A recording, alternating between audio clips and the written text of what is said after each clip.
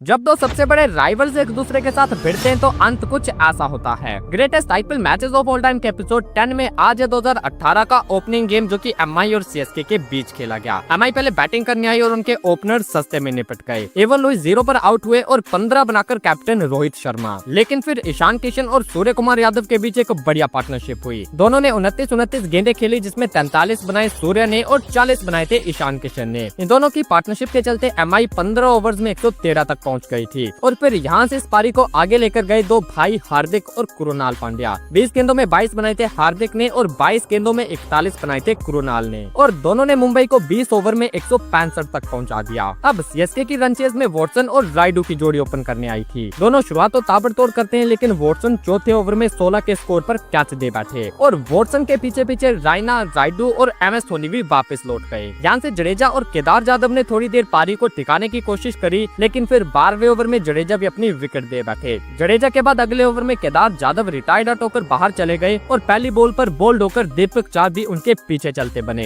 इस मोमेंट पर सीएसके का स्कोर था 13 ओवर्स में 6 विकेट गंवाने के बाद 84 रन। लेकिन यहाँ से इस मैच में डीजे ब्रावो ने एक तर्क ऐड कर दिया। ब्रावो हर बॉलर की बॉल पर बैट घुमा रहे थे और उस दिन उनके बैट से बॉल लग भी रहा था। ब्रावो के सामने 2 विकेट्स और गिर गए लेकिन उन्होंने मारना नहीं छोड़ा और असली मैच तब बदला जब 19वें ओवर में ब्रावो ने बुमराह को 3 छक्के जड़ दिए। लेकिन मैच बुमराह को भी बदलना आता है, वो अपनी लास्ट बॉल पर ब्रावो को आउट करके उन्होंने यहाँ भी दिखाया था। ब्रावो के आउट होने के बाद रिटायर्ड हर्ट हो चुके केदार जाधव को बैटिंग के लिए आना पड़ा और उनके सामने 6 गेंदों में 7 रन थे। लास्ट ओवर डालने आए मुस्तफिजुर ने अपनी पहली 3 गेंदें डॉट डाल दी लेकिन चौथी बॉल पर केदार जाधव ने छक्का जड़ दिया और 5वीं बॉल पर ये चौका जड़कर सीएसके को इस थ्रिलर मैच में 1 विकेट से जीत दिला दी।